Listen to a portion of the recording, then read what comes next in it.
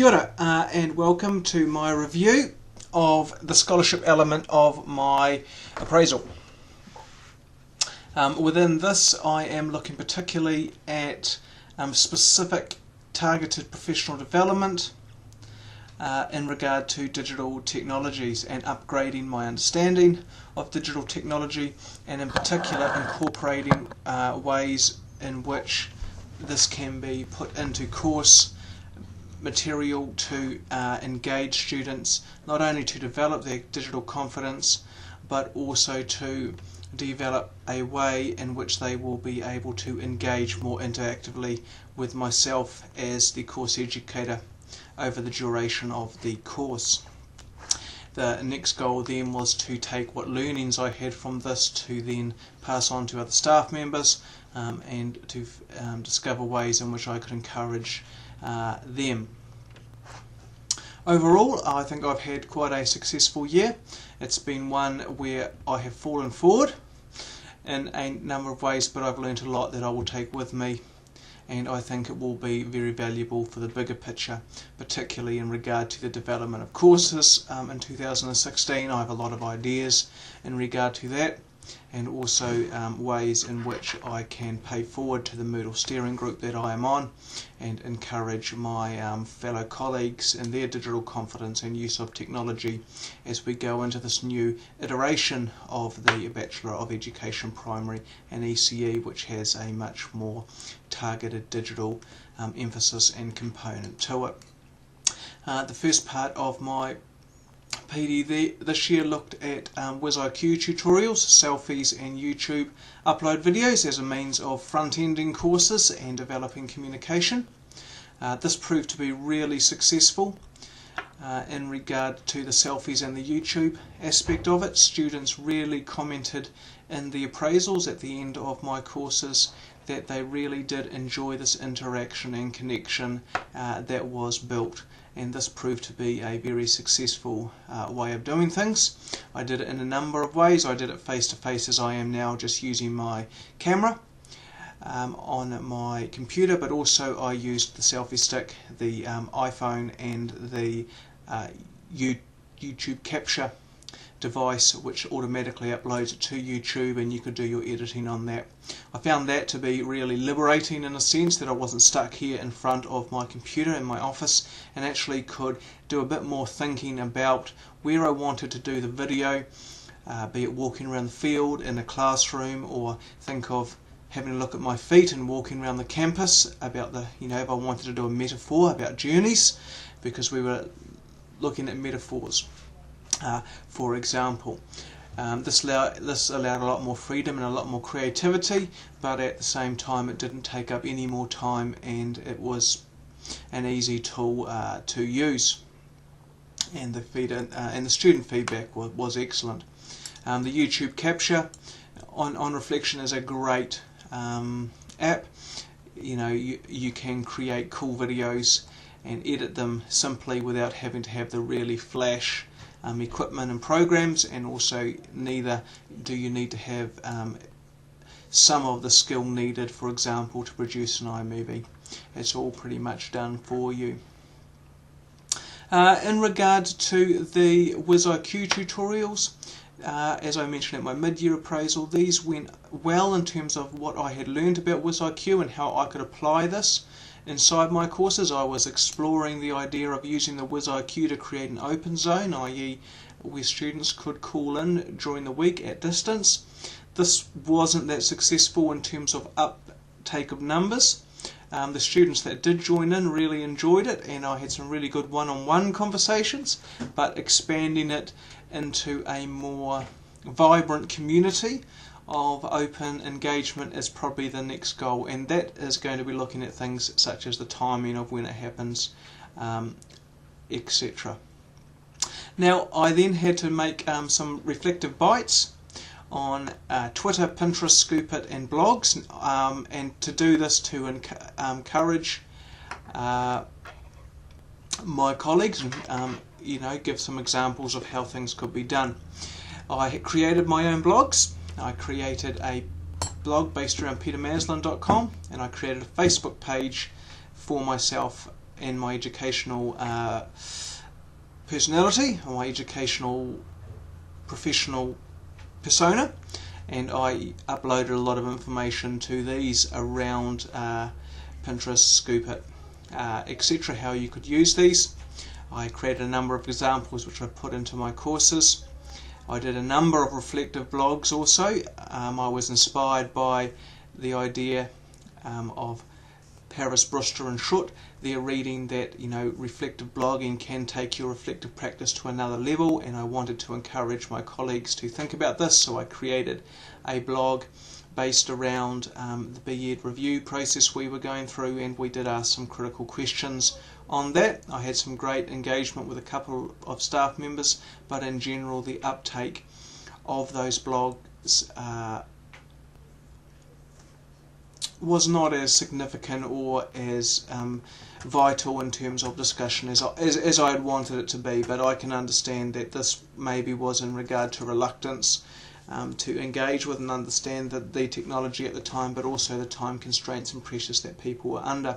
What I found really good though was the encouragement I did get from Bev in regard to what I was writing, and how it really did help me think about and craft my writing and my responses to a higher level than I would have done, and also to get the message out there in a sense, and it's really helped me see that reflective practice and reflective blogging are two tools that go very well together, and they do and play an important role, and I really do want to see that element incorporated more in assessment work and in the weekly work in my papers in 2016 as a result of that. I kind of stopped the blogging because of the lack of input from a staff perspective, but I'm encouraged to keep that up again next year as well. Another real success, and something that I had to look at, was how to flip your classroom at a tertiary level. And again, I did emphasise this in my Wise Teacher Intensive, and I got really good feedback from that in terms of the types of activities we were using, how we were scaffolding online activities, and developing that into differentiated digital assessments that the students were creating. They really enjoyed the interaction on that week, and they enjoyed the learning that took place, and they enjoyed being in control of that learning. So it fitted really well in with, for example, another inspiring reading of the year, which was Jane Gilbert's reading about 21st century teacher education and what that means in regard to digital knowledge. Outside of these main goals, which I think I'm happy with the foundations, and I'm pleased to see where they are going. I think I do need to do some more work on developing digital confidence and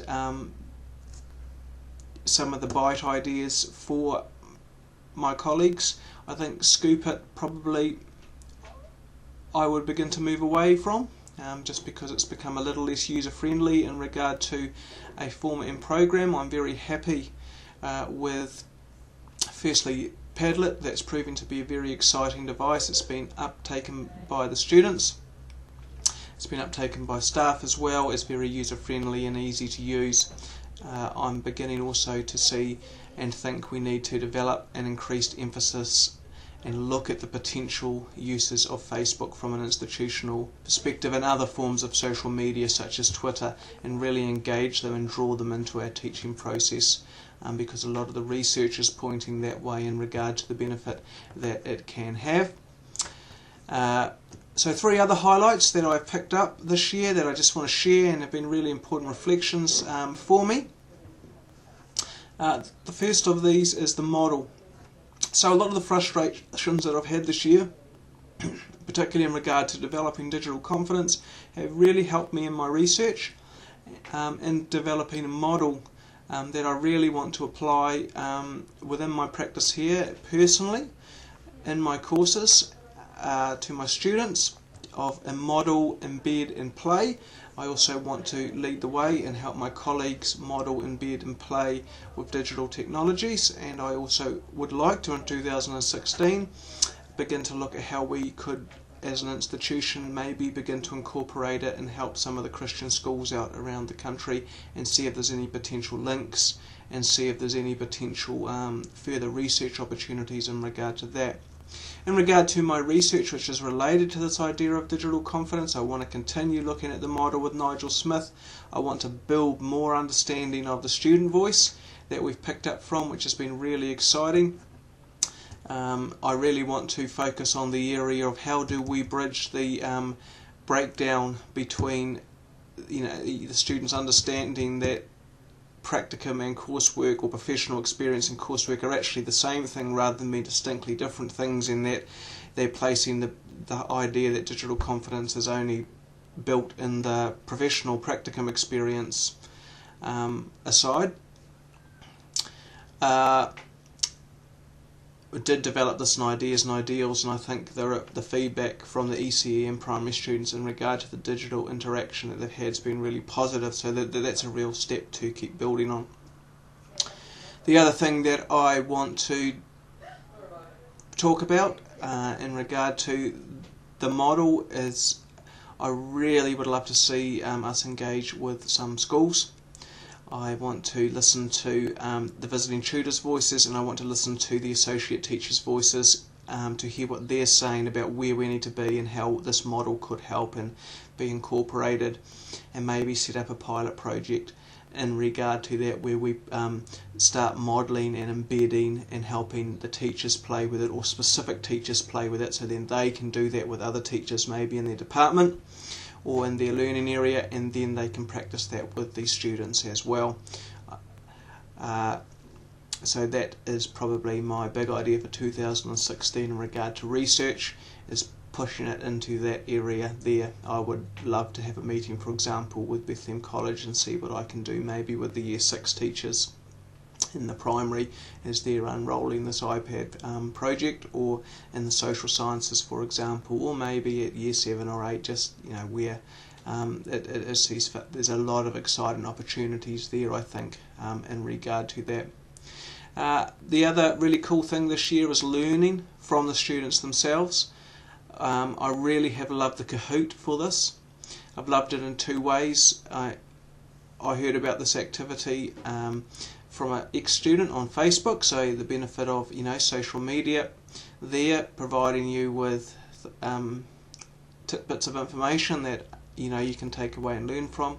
But what I really learned from this and showing the students is that once they have used it and they feel safe with it and they take it and explore it in practicum, they actually bring back richer pedagogy, and it's that reciprocal thing. It's really good to learn from that, and it makes your own teaching better. And so the secondaries did that. They took it into their schools. Some of the schools were so excited that they got them to present the tool to their staff, but some of the pedagogy that they brought back as well was really exciting in terms of how they'd scaffolded it and built the understanding for the students for educational outcomes. In particular, the idea of how do you introduce this new technology as pedagogy in a way that is non-threatening, makes the student feel comfortable with it, and then you engage the learning from there, was really cool to see them grow and develop and bring back, and it's going to make our teaching approach much stronger next year. And then it's something that I took away and I embedded into the primary when I started doing it with the primary. Not just showing them, but when they were excited, they were comfortable with it, they saw the potential in it, and I seized the opportunity and said, well, actually, do you want to try using it? You're going to run these sessions from week to week in regard to general knowledge, and each one of them in pairs had a go at creating the Kahoot, and they became a highlight of the week and something that all the students became empowered in using and confident in using. And so it'll be interesting to see where they take that in practicum next year and into their teaching approach. The other thing that I'd just like to finish up my reflection on in regard to this area of scholarship is the MOOC I've been doing. I've really had fun this year engaging in a MOOC for the first time in blended learning. It's really been eye-opening in regard to introducing me to some new technologies that I really want to try and engage with next year. It's been very beneficial to be doing this MOOC and blended learning around the reiteration of the Bachelor of Education. I've had a lot of time to think about and apply and write and discuss and engage with Bev in particular, and to develop an approach and to consider an approach in which we can integrate digital confidence and learning into this new blended approach. And I found that to be a lot of fun, and I can't wait to see how that unfolds. It's something that we received some really good feedback from the panel from. I think we work really well as a team, and there definitely is something in there for us to share with others. I think it's something though that is constantly changing. It's something we've got to keep our minds on top of, and that to me is another reflection, is just being able to sit down in 2016 and work out what are the strengths, what are the core areas that we want to focus on, so we don't get distracted by other capacities and factors, and we can really just sit down and nail a few goals and do them really well, and maybe lead into PD or conference presentations based upon those. I think 2015 was really a year of learning. It's a year of falling forward in some areas, but it's been a year of unexpected successes in others.